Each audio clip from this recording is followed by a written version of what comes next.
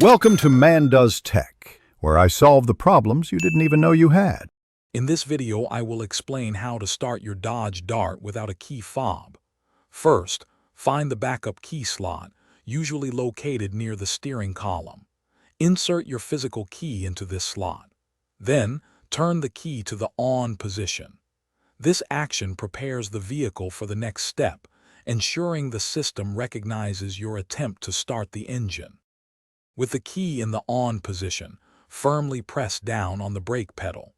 While keeping the brake engaged, push the engine start/stop button. Hold it for a few seconds if needed.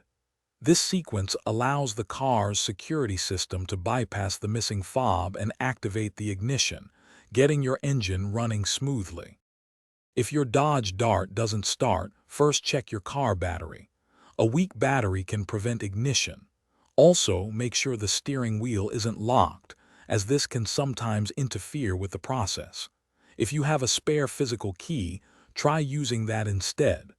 These simple checks can often resolve common starting problems quickly. Remember, this method is strictly for emergencies. You should replace your key fob battery as soon as possible to avoid future issues. If your key fob is lost or damaged, get a new one programmed by a dealership or locksmith. Relying on this backup method long-term is not recommended for daily use. Thanks for watching. If you found this helpful, don't forget to like and subscribe.